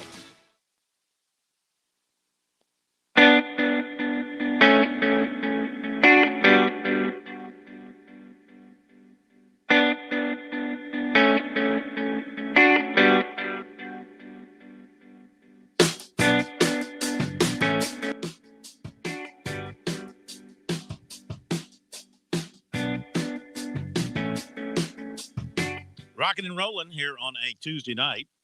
And thanks to Zach Willis for being with us. At the half, Tennessee leads South Carolina 30-24.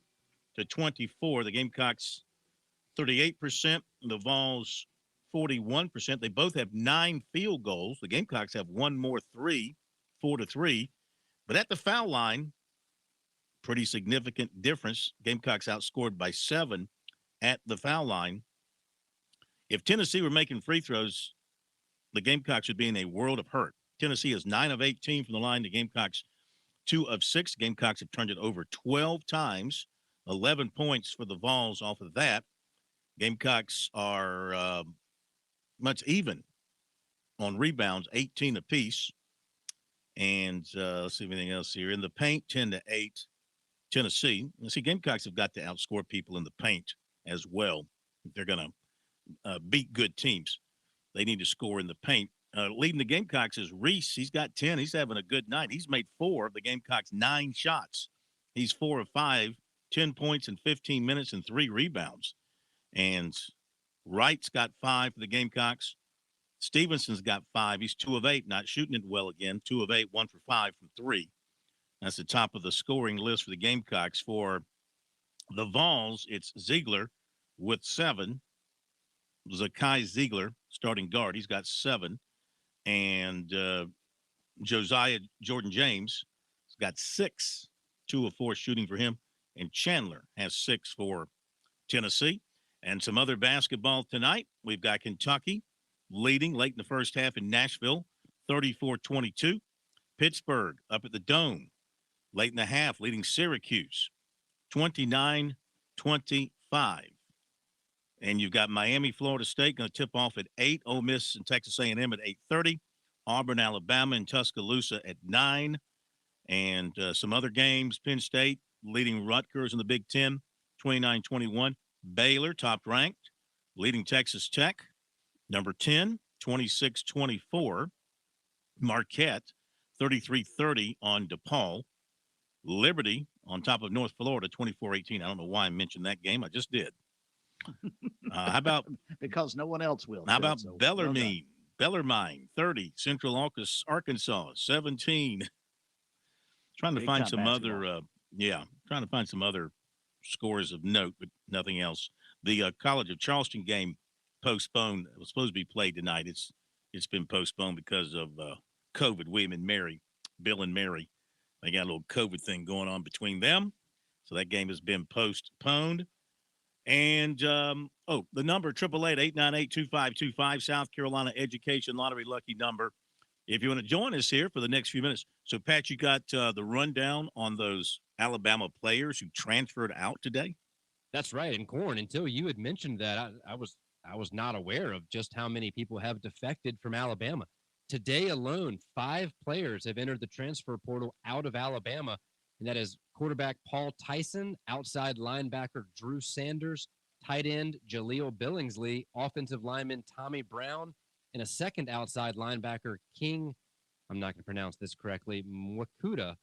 And all 5 of them were either 4 or 5-star recruits. I know you don't like mentioning that, but just to show the level of these players, their supposed talent. And they join a number of 4 other players that had already entered the portal prior to the college football playoff. And that's linebacker Jackson Bratton, who's transferring to UAB, offensive lineman Pierce Quick, who's transferring to Georgia Tech, receiver Xavier Williams to Utah State, and cornerback Marcus Banks to Mississippi State.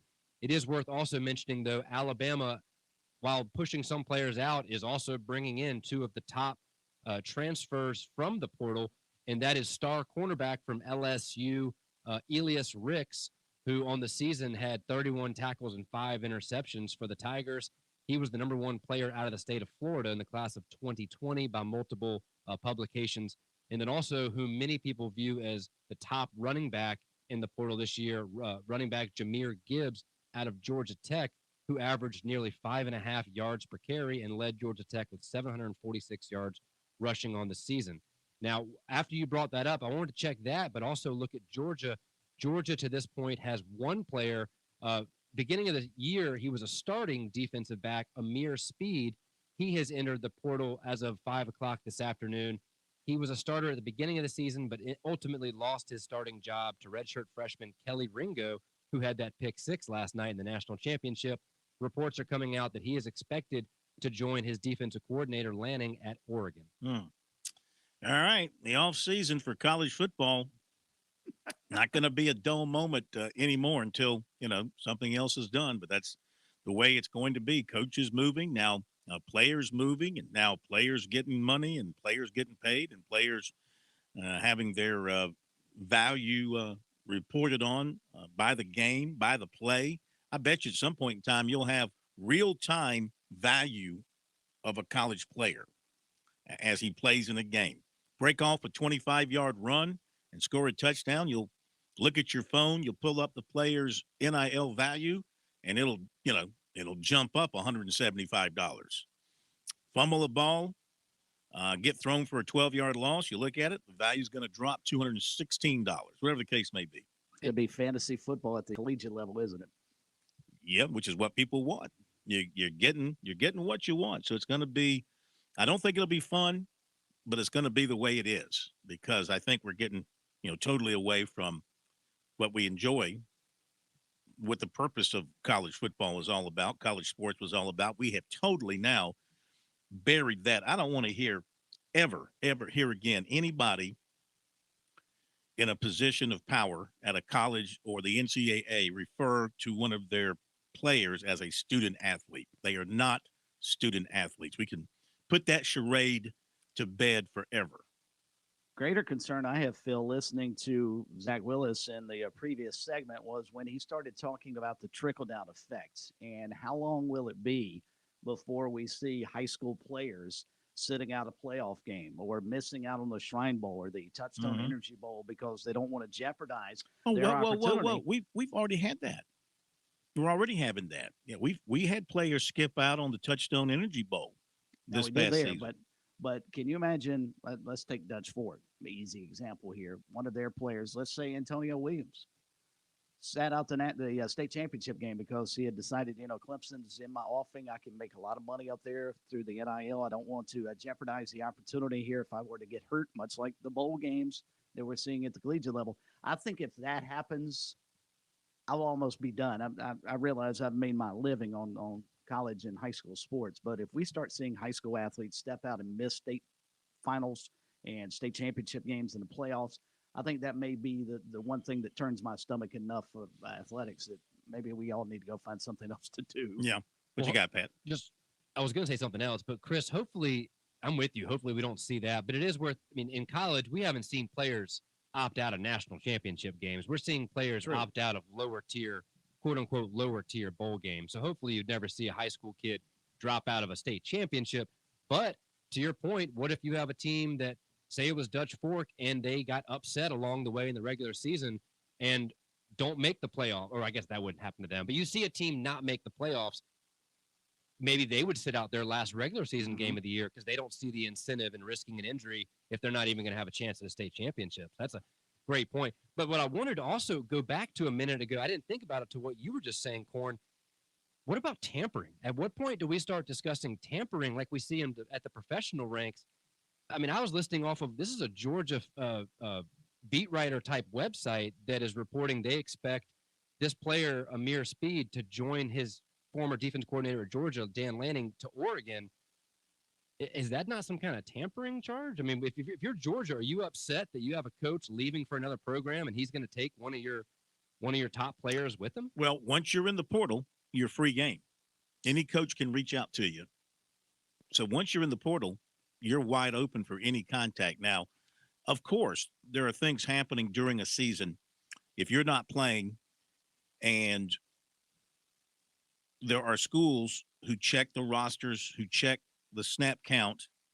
When I say snap count, number of plays a player's playing, how much he's starting, where he is on the depth chart. You got people, I'm sure, at all the schools assigned to check other schools and see who's doing what. And they run across a kid who maybe is not playing very much, not starting, but he's a good player, has been a good player. You have a need at that position. What do? You don't have to contact the kid. You contact his high school coach. Say, hey, coach, I see where Smitty over here is not playing a whole lot. He's sitting on the bench. We know he's a good player. I remember recruiting him out of high school. I just pulled that name out of thin air, Smitty. I don't know where it came from. And but listen, just tell him, if he decides that he wants to transfer, we got a spot for him here at, We Love You. And the word gets back to the kid. He hears it from his head coach, his old high school head coach, and he puts his name in the portal, and all of a sudden he's able to talk to anybody he wants to. And the current school is powerless to do anything about it. So, yeah, there's all kind of backdoor plays that can be made here on the recruiting scene now with all of this. That's the way of the world to Pat's point, Phil, I mean, that's almost direct contact. You've got his position coach at the University of Georgia constantly probably in the background, and I hate to cast aspersions, but let's face it, if he's a talented player, why would you as a new head coach not want to take somebody you're familiar with you? You can't tell me there weren't some talks going on in the back room. I'm sure Clemson fans will believe it for a long, long time that Jared Knack, the reason he is at, and I don't want to, again, not casting aspersions on Brent Venables, but you put the pieces together. How does he go from pretty much a solid commitment to Clemson and then all of a sudden end up not signing with the Tigers on signing day and a day later announce he's going to Oklahoma? I mean, tampering, I think, is evident. Well, I don't know, but here's the thing. Maybe it was all on the kid. Maybe he just wanted to play for Brent Venables. Very possible. He took it on himself. He did not sign with Clemson in the early signing period. That was the one omission from all the commits. And when that happened, it threw up the red flag. Mm-hmm. And then you just kind of knew. And so he didn't sign. He kept his options open. And I'm sure that Venables, being an honorable guy, probably said to him, look, you should honor your commitment to Clemson. You made your commitment to Clemson and to Coach Sweeney. You should honor that. However, if you decide that you don't want to go there for whatever reason, and once you're free of your commitment and all that, we'll be more than happy to talk to you here at the University of Oklahoma. Sure. I'm sure the conversation went something like that, but I got to believe that Venables did not encourage it. And I would agree. Did he discourage it? He might have discouraged it some. I don't think he encouraged it. I think it was more just the kid being from out in Kansas, loving Venables, what Venables does with linebackers. I mean, who can argue with what he does as a coordinator and what he does as a position coach? And, this kid's a very talented kid, very fast kid. They compare him to the former All-American Isaiah Simmons, that kind of player that Venables developed, who is from Kansas, by the way. And so that's who he wants to play for. And he made sure that he got that opportunity by never signing with Clemson. And take it a step further. I mean, if we really want to go out conspiracy theory, you end up getting a situation, maybe it is just the kid, where Spencer Rattler ends up going to South Carolina because Shane Beamer's connection there. So, I mean, we can see it all the way across the board. But I think that the point Pat brought up about tampering, especially within your own program, seems to me that actually probably is a viable option now, especially with coaches jumping ship and assistant coaches getting new head coaching jobs. Makes perfect sense. Hey, I've got the new job at Oregon. I want to make a splash while I'm out there. I know this kid can play because he's played for me here at Georgia on the best defense in the country. Would you like to change scenery? Go stand in the rain all the time up in the Pacific Northwest. Chris, I can't even make this up. While you guys were talking, I just Googled Oregon football's biggest need heading into the 2022 season. Very first thing, defensive backs. And you don't think Dan Lanning would have known that before accepting the head coach, especially being a defensive guy? And now here we are a day after the national championship, and we already see rumors of one of the defensive backs from Georgia being linked to Dan Lanning in Oregon. It just can't be a coincidence. All right, it's getting away from the Gamecocks in Knoxville. More turnovers. They are up to 16 turnovers now, and already 4 in the second half. They're averaging a turnover a minute in the second half, and they are down 39-26 as Tennessee starting to pull away. And we'll be back. Put the wraps on this puppy tonight. Coming up in just a moment. Be right back.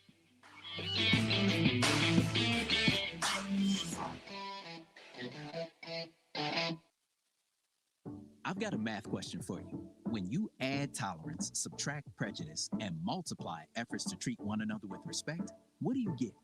Less division. And school sports have it down to a science. Looking for an example of what can happen when we realize there's more that unites us than divides us? Look no further than high school sports in South Carolina. This message presented by the South Carolina High School League and the South Carolina Athletic Administrators Association. All South Carolinians aged 5 years and older are now eligible for the COVID-19 vaccine. For help finding a vaccine location in your area, visit scdhec.gov/vaxlocator or call 1-866-365-8110.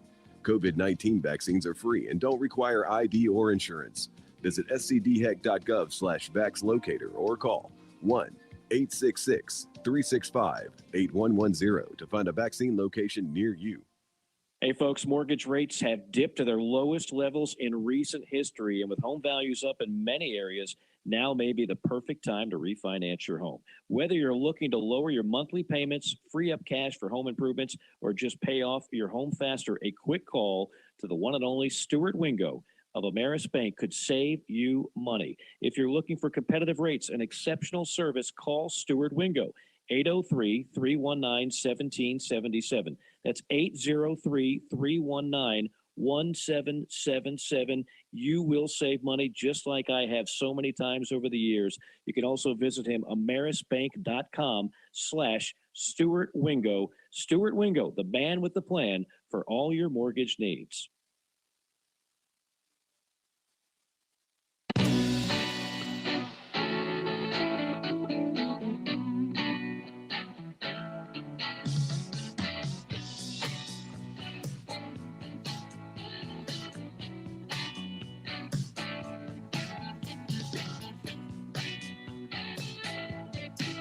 Well, coming into this game tonight at Tennessee, South Carolina nationally was ranked. Now, there are 350 teams that play Division I basketball. USC coming into this game was ranked number 330 in turnovers per game at 15.8. And they were ranked 332nd in personal fouls per game at 20.1. I bring this up to say the Gamecocks are living up, or should I say living down, to their rankings. They have turned it over now 17 times, and we're just at the first media timeout in the second half. They're down 39-26. They've turned it over 17 times, and they have committed 14 personal fouls. Tennessee has committed, well, let me rephrase that. The Gamecocks have been called for 14 personal fouls. They've probably committed many more. And Tennessee has been called for 8 personal fouls. So the Gamecocks are playing just like their stats say they would play, Chris. And looking through their turnovers, Phil, it's all for the backcourt for the most part. James Reese has 3. Eric Stevenson has 3. Jermaine Couisnard has 3.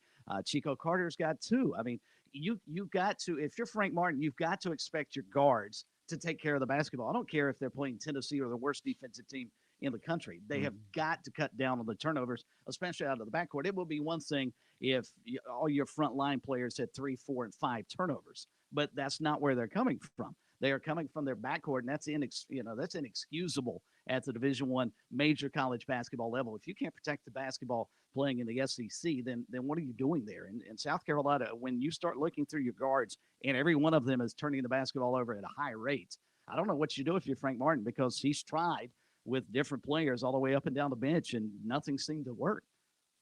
Yeah, I mean, he's pushed every button he can push. The Gamecocks are down now in the second half, 39-26, 15-27 to play, and not showing a whole lot of giving a whole lot of hope of turning this thing around. But there's still time, and they can get hot. You can put a run together of 6 or 8 points. You'll be right back in this thing. But they got to do it with defense without fouling. They got to create some turnovers. Got to do a better job inside. Tennessee's beaten them pretty solidly on the inside thus far. So, we'll see what happens the rest of the way. And let me back up. It was Devin Carter, not Chico Carter, that had the turnovers. And James Reese, if it weren't for him, this game would really be bad. And James is one of the guys with the turnover issues with 3, but he's got over half their points at 15 now. Yeah, got 15 points. One more little recruiting note that just ran across related to a player who's going to be visiting South Carolina, apparently a good player, visiting South Carolina on Saturday. The Gamecocks are having a recruiting weekend. They got some official visits, and they got some unofficial visits from the younger crowd. Connor Cox, a tight end out of Jacksonville Bowles High School, has tweeted that he plans to be at South Carolina on Saturday. Clemson will also have some officials this weekend. I expect the Tigers to get some commitments this weekend, because they got the Lawson kid from Daniel coming in. I would expect that he would commit. They've got the Turner kid from Vestavia Hills, Alabama, coming in. Again, these are legacy connections to Clemson. I would expect those two to commit as well. So I look for the Tigers to add a couple of commitments there. And they still have to get a running back. They've set their sights on the kid out of Texas. Can they get him? You wonder. Clemson has, in some cases, been able to wait and play catch up with some players and still win that recruiting battle, like they did with Antonio Williams. They offered him very late and still got him. And the fact that he wasn't the number one receiver on their board at his position didn't bother him. Once he got the offer from Clemson back in December, he was pretty much ready to go. Other places, however, it hadn't worked the same way. With other kids, it hasn't worked the same way. I mean, the ETN kid, now possibly in his mind, foremost, was making his own name for himself somewhere else and not following in his brother's footsteps. I could see that happening. Mm-hmm. But those used to be slam dunks for Clemson with those kind of players for the most part. So, I'm just, is there a little bit of crack in the wall at Clemson with their long running strength in recruiting? Because, you got new coaches in new places. You got some new excitement in some places. Clemson was not a playoff team this year. They've lost a good number of veterans off their staff, replacing them in some cases with some relative unknown people, maybe unknown outside the program. So just wondering. They're going to have a good class. It's going to be a small class once again. Almost every player they've taken in this class is the best player in their respective state, or one of the best players. So it's not like they're not getting quality players, but because of their numbers, they're not going to have a high number of signees in this class. But they're missing on. I've seen them miss on some people this year that otherwise, like, they went all in on this defensive lineman out of North Carolina back early in recruiting, and he went to North Carolina. That one surprised me a lot. Yeah. The ones that they have missed on, and you just that one, especially losing a battle with the University of North Carolina. Mm-hmm. That's one Clemson rarely ever loses, and that one probably surprised me as much as any of the ones that they've lost. Yeah. So we'll see. We'll see what happens. Boiling Springs officially named North Myrtle Beach football coach Matt Reel its new football coach after the approval from the Board of Trustees. Being down that way, you know much, and having called SportsTalkSC High School, you know much. I know he did a good job there at North Myrtle. He really did. He's done a terrific job. Unfortunately for him in North Myrtle Beach, they are in the most difficult region in all of Class 4A and maybe one of the most difficult regions, if not the most in the state, in Region 6 4A. I mean, when Myrtle Beach is, Myrtle Beach, then you also have to deal with the Hartsvilles and the West and South Florences who had great years this year. Probably going to Boiling Springs, you would think, God, that's going to be a step up in competition. Probably not for him. I mean, he's dealt with this down here in the lower part of the state, but he's done a terrific job at North Myrtle, turning that program into a solid playoff team. All right, so we leave you South Carolina trailing Tennessee 43-29. Gamecocks have called a timeout with 14:36 to play. Mr. Chris, have a good ride to Appalachian tomorrow. Hopefully we'll check in with you tomorrow night. Look forward to it, to talk to you guys from Boone. You got it. And thank you, Pat. Great job as always. And thanks to everyone for being with us tonight. Have a great night. We'll see you tomorrow.